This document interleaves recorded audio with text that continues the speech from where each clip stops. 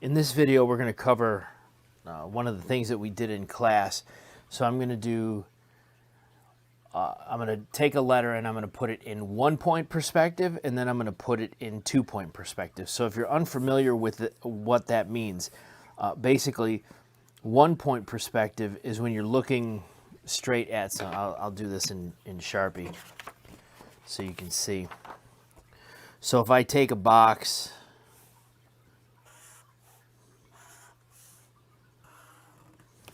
and I put it in 1-point perspective, I've got a square, I've got a vanishing point, and now I need to use, that was a pretty sound, my empty coffee cup. I got to use a straight edge, and I'm going to connect those corners, and it's going to make that square into a form, and then I would draw those lines that are further off in the distance. So that's 1-point perspective. And in 2-point perspective, let's do it this way. So this is 1-point perspective, and in this we'll do 2-point. In 2-point perspective, imagine if we took this box and turned it so that we were looking at a corner. That corner would be in front of us, and we would have 2 vanishing points, one on the right side and one on the left side. And then those corners would go back to the vanishing point on either side.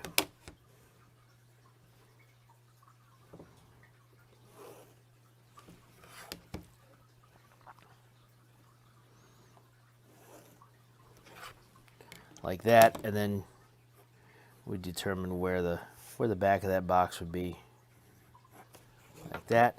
And then if we trace that, you can see that it looks like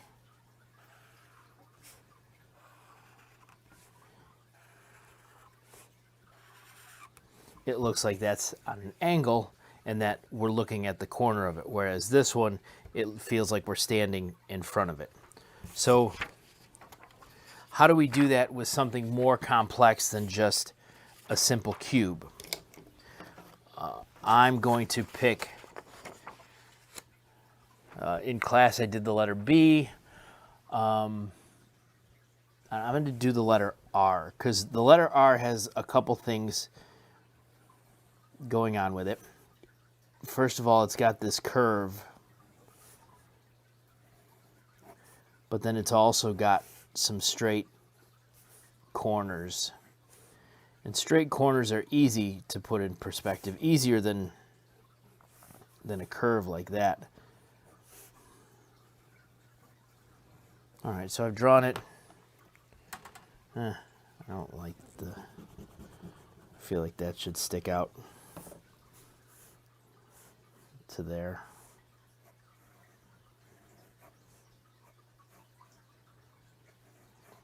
There we go. That feels better. So I'll trace that in Sharpie. And when you do your graffiti lettering,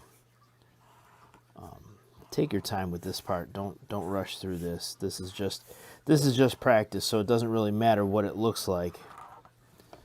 What counts is whether or not you understand what's happening. So I could put my vanishing point here or here or here or here, and wherever I put my vanishing point, that's where it's going to look like that letter is coming out from. So if I want the letter to look like it's moving backwards, I'm going to put my vanishing point somewhere in front of it. If I put my vanishing point back here, it's going to look like the letter is moving out this way. So I'm going to put my vanishing point this way, which is going to be challenging for me because of that curve, and you'll see why in a minute if you don't already see it. So all of my corners are going to go back to this point. And on these bottom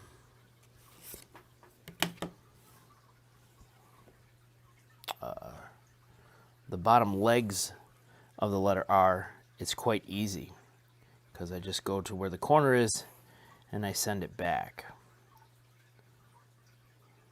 Now I check that to make sure that I don't see inside there. If my vanishing point was here, I would come out from that corner also, even though it's like an inside corner, not an outside corner. So regardless of whether it's inside or outside corner, the corners are going to go to the vanishing point. Here's here's a good example of an inside corner going to that vanishing point. Now here's the tough part. I have to find the apex of this curve. Actually, I was just watching a video where somebody explained it and they called it the apex. I thought that was a perfect example. So if I have, let me find a scrap piece of paper here. Here we go. Piece of foam board. If I draw a very crappy circle on here, if I hold that up to the camera and say, okay, where's the apex? Well, the apex is right here. It's the top. But if I turn that, that's not the apex anymore. Now the apex is there.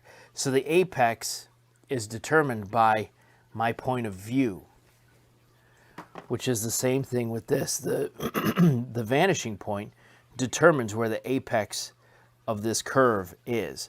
So to find the apex, I line up my ruler, my straight edge, and I go all the way to the top.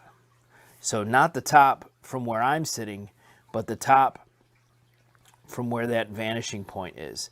And that's going to be the part that goes back to the vanishing point. And now with the R, another challenge is that there's that inside cutout, and that too is going to go to the vanishing point.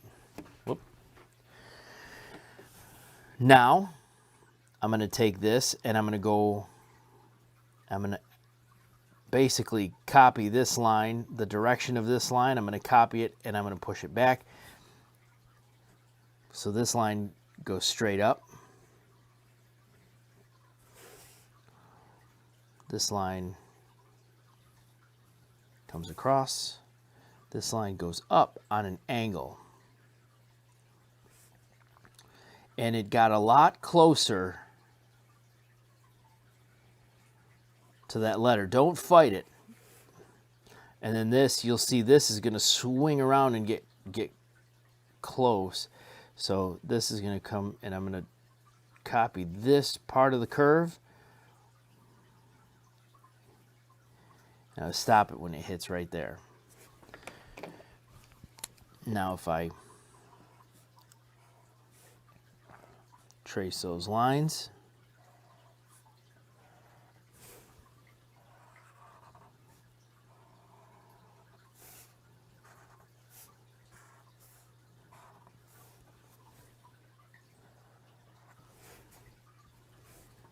this one here. And then the last step is, if I erase it, erase all those other lines,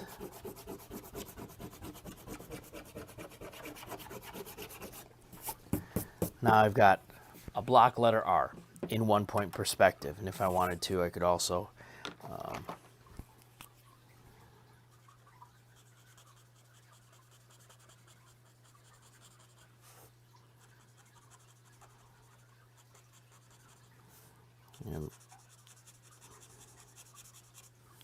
shade it in. You don't have to do this, but it kind of helps the illusion, because if your light source is in front of the letter, then obviously these side pieces would be in shadow, or they'd be darker. So that's 1 point.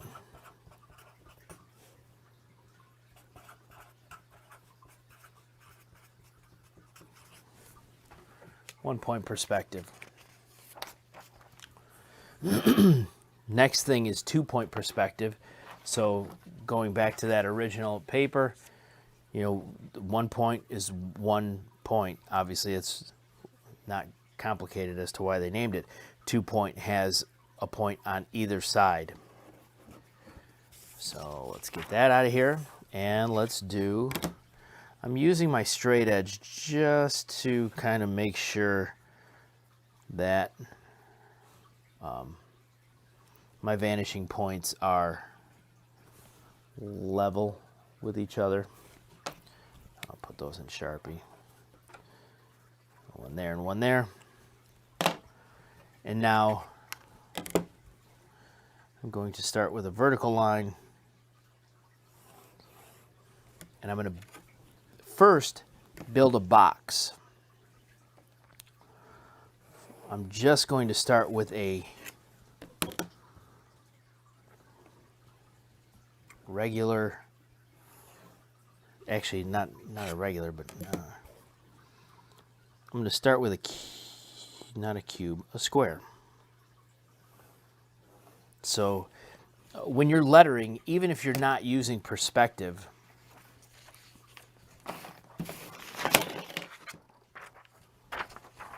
it's handy to, if I have to draw my name in a square that's that big, my last name's Brown, that has 5 letters, so I want to try to break this up into 5 even spaces, and then I can make sure that all of my letters are consistently the same size.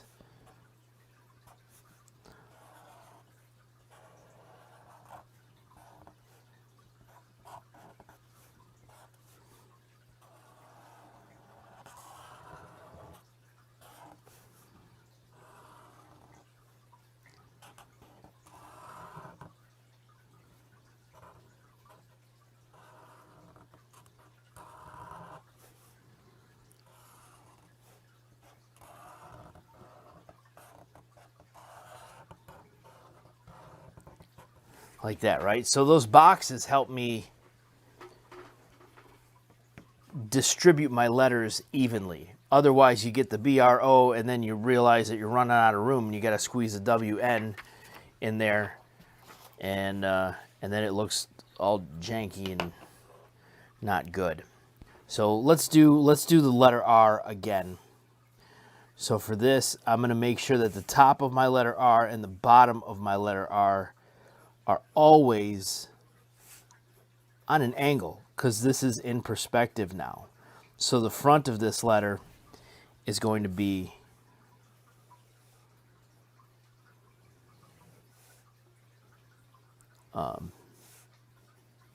like where this one is not, it's regular, it's not distorted at all. Because this one's turned on an angle, it's going to get distorted.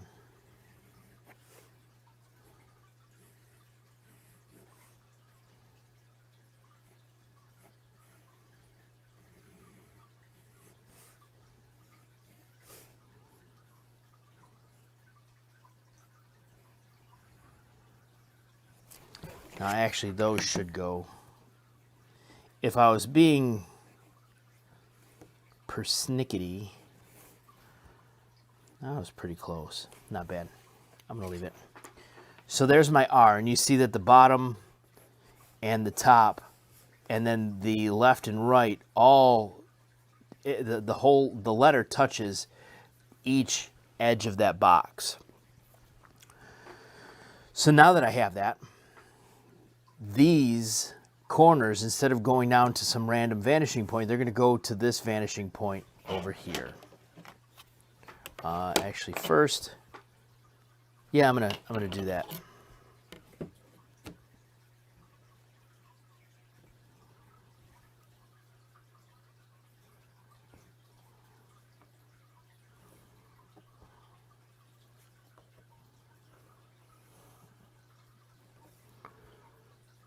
And I'm looking for this corner, but it looks like I'm going to hit the apex at the same time.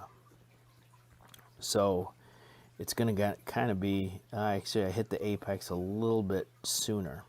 So that's the line that's going back to the vanishing point, not that inside corner, but that apex. Right here. And then I'm not going to see that bottom inside corner, but I will see that top inside corner. That's going to go back like that. Now I'm going to, so there's this curve. I'm going to copy that curve.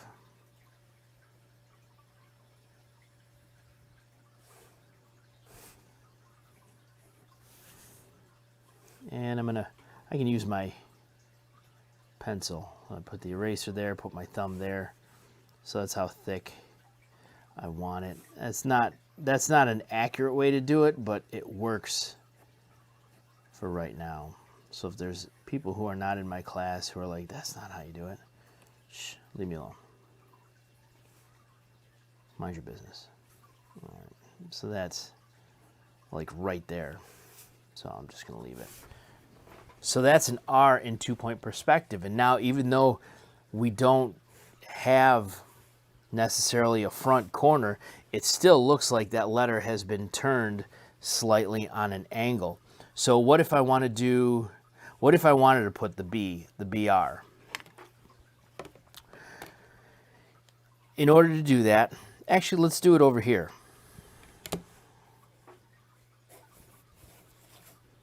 No, let's not. That's complicated. I want to find the middle of this box, so I can do that by making an X, corner to corner. So if that was too quick, I went this corner to this corner, and I made a little mark, and then this corner to this corner, and it puts that point, which is the middle point. And if I take that middle point very lightly to the back, because I'm going to end up erasing this. Now, I've got the bottom, the middle, and the top. In order to find the next square, I can go from the bottom corner here through the middle, and what it'll do is it'll project, just like the bat signal, it'll project on that top line where the next box is going to end.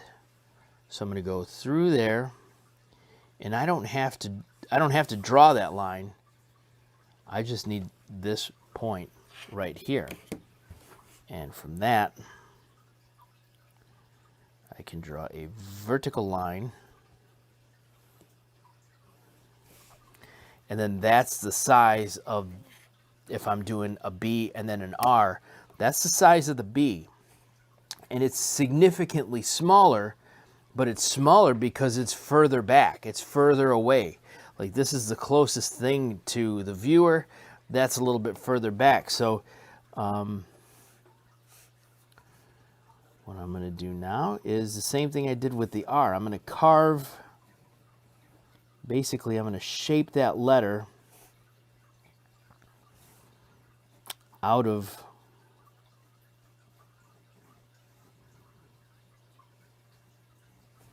that square there. And I'm going to make sure that the top and the bottom and the left and the right all touch.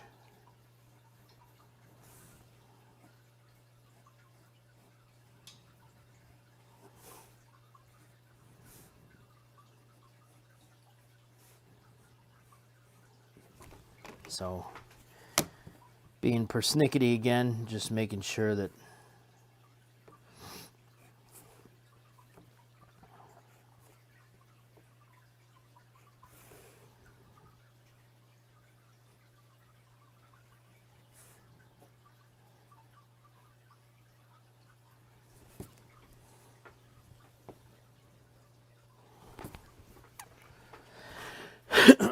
and then these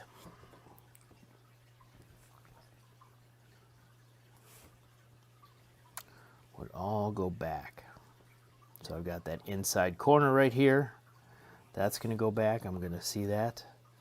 I'm not going to see the bottom inside, but I will see the top inside a little bit. and then I'm going to see the apex part of that B.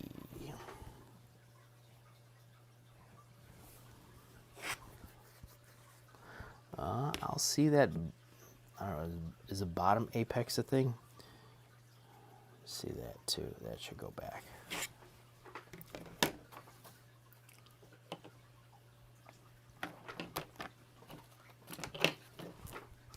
So now,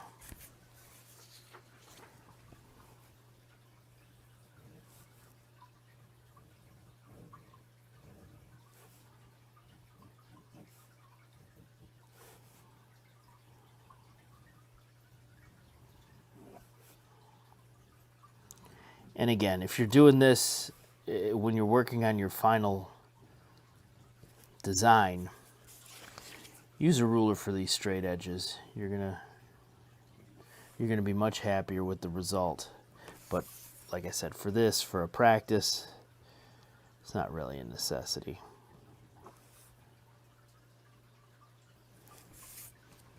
I missed. Actually, I followed the wrong line. There we go. Fixed it.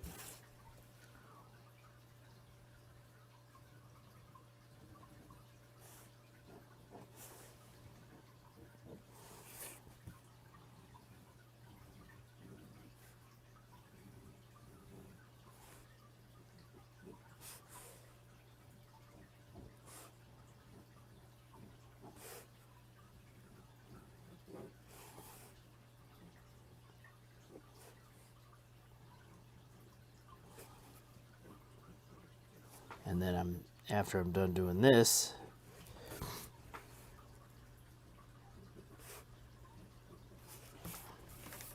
here's the R, here comes the B.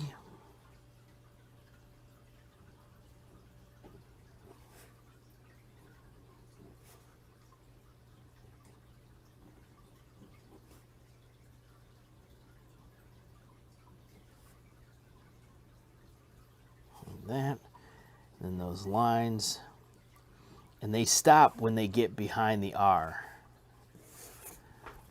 A little one right there. You know, they don't go through the letter R because the letter R is in front of it, but there you have it. And I'm just going to use a lighter gray.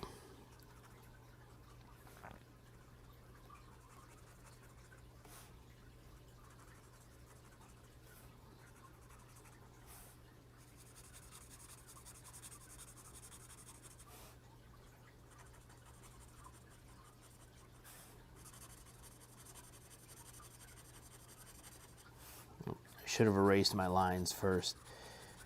My pencil might not erase as well underneath the marker there. Give it a minute to dry. I obviously did not give it enough time to dry. You can see that I'm smearing and smudging. Oh gosh, that's terrible. So now I'm going to have to erase in the direction of my vanishing point so it looks less crappy. But anyways, you get the idea. So there you have, actually it's kind of cool with that texture. So there's 1 point perspective. Like I said, you draw the block letter first and then you put it in perspective. And then with this, you have to, it's a little bit more advanced, a little bit more involved. You build those rectangles or squares going in one direction towards one vanishing point. You kind of carve your letters out of that, and then you add depth. You turn them into forms by using the other vanishing point going the other way. So that's 1 point perspective, and this is 2 point perspective.